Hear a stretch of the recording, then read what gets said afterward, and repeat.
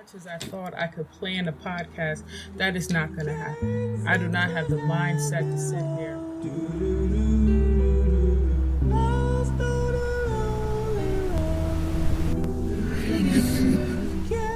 chop up block for block, how I'm going to tell you about weight loss and weight gain.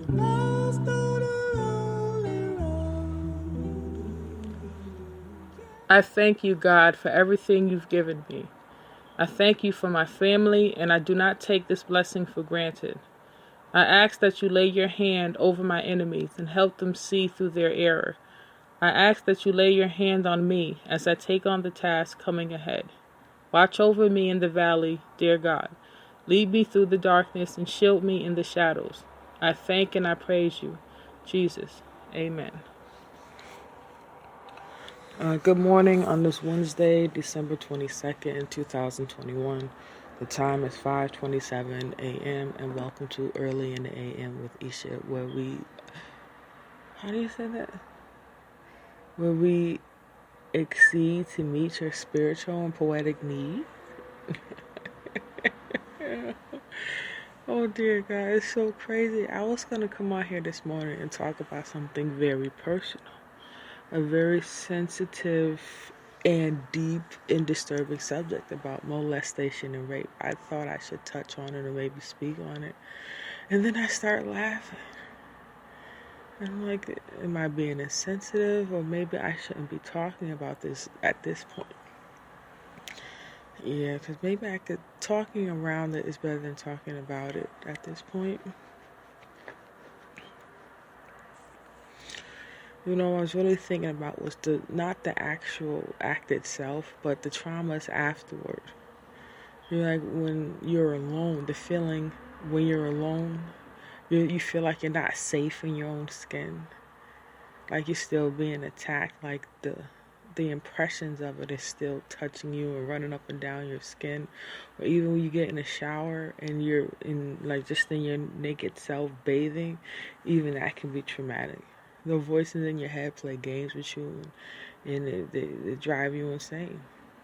You do more harm to yourself and trying to clean yourself than good most of the time. It's like the demons come out to play in the most painful place. I mean, there's no safety there. It's just evil on top of evil, satisfied in their vindication of hurting you even more, pushing you further into the rabbit hole. I was just thinking about it. And I don't want to think about it. I don't want to bring it up like that, but it crosses my mind sometimes. Oh, dear God, I hope you feel better. If anybody in my audience has been through something like that, I don't mean to bring it up in this light and texture, but it was crossing my mind this morning, so I spoke on it a little bit. That's about it.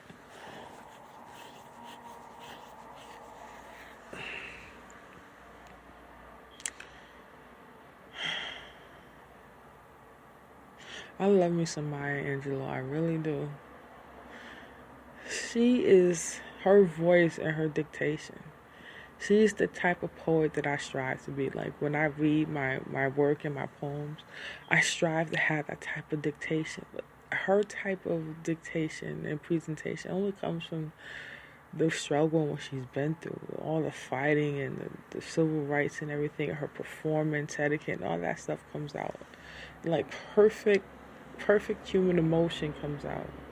It seems effortless.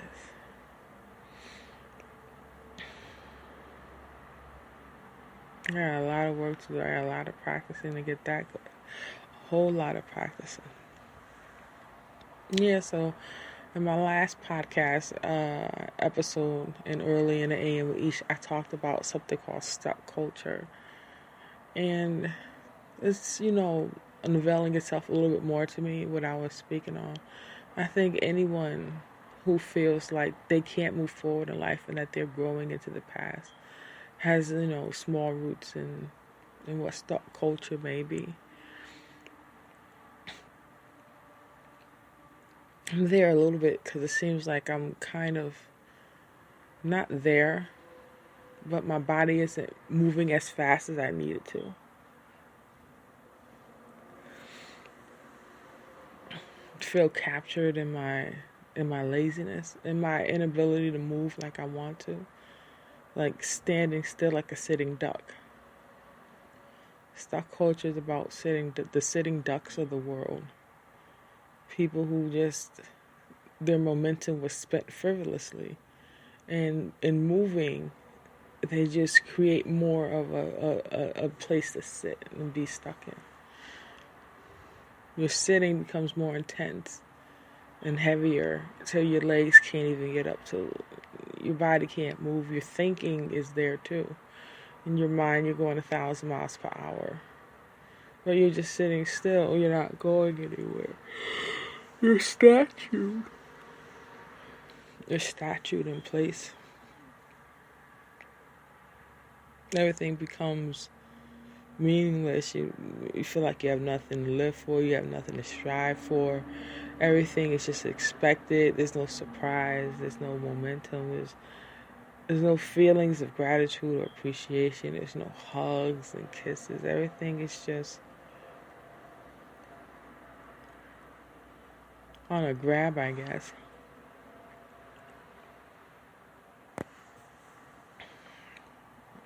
Couldn't really sleep. My own demons are running through my mind playing games. Guess that's just what life is at the end of the day.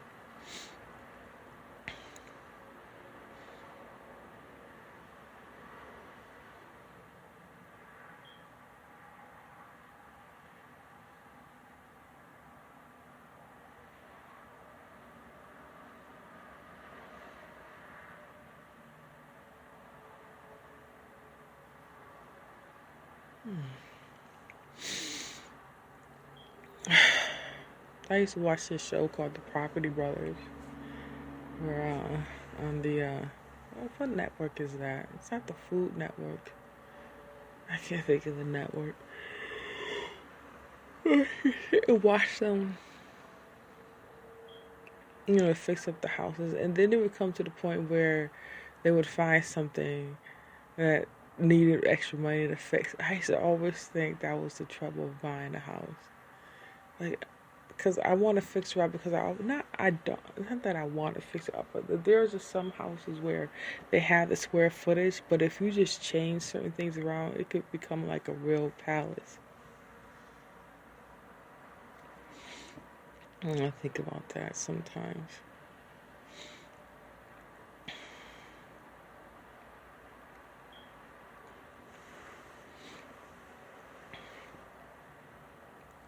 I don't have any tattoos. Not a single tattoo. Not even one.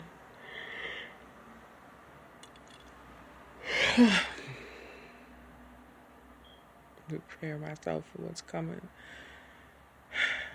I don't know what that could possibly even mean. Yeah, so it's coming up on Christmas. It's a couple of days away. Somebody's going to wake up to a brand new car, a brand new house, a proposal.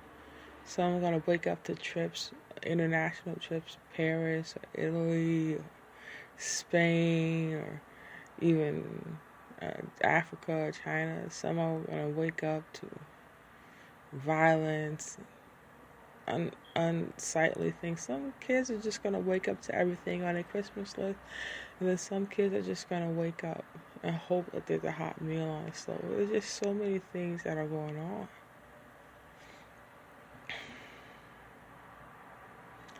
I'm not waking up to any of those things. We don't have a Christmas tree up or anything. The spirit in this house is gone. We used to be happy about those things. That spirit isn't here. We try to. We always said, let's go put it up. And then in our sitting duck, our bodies don't move. The momentum to be in that happiness and spirit isn't there. It is so sad. It's so goddamn sad.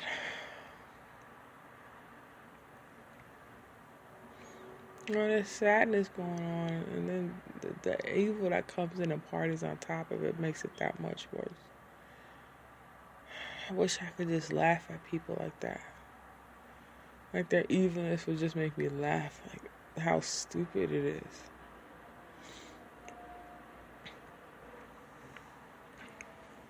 And though I miss John right about now, I can listen to his comforting voice and I'll feel better. He'll say something sweet like, "Oh, baby, it's all right." I was like, "Yeah, that's kind of dumb." He always tell me his stories about going to Canada to buy donuts. I'm like, why the hell are you on a 10-hour bus ride to Canada? It does the craziest things. Like, my mom had introduced us, like, it's going on like 17 years ago.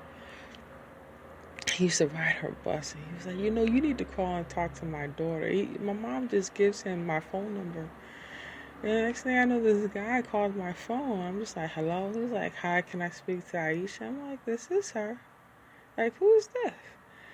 It's like, you don't know who I am, but my mom, I ride on the bus with your mom. And oh yeah, he called me with her on the bus. That was it. He was on the bus with her. And she gave him my number to call me for something. That's what it was. So he was calling me for her. She asked me to do something or go to the store. It was something I don't remember. It was so long ago. And I was like, okay. And then the next thing I know, he just kept calling me. Like a couple of days later, he called me, asked me what I was doing. I'm like, and then it started from there. And I remember the first time I talked to him on the phone. This is when I was trying to push my demo that I had made at the studio. I was in rap a little bit trying to get my voice around. And I gave him a copy of one of my CDs.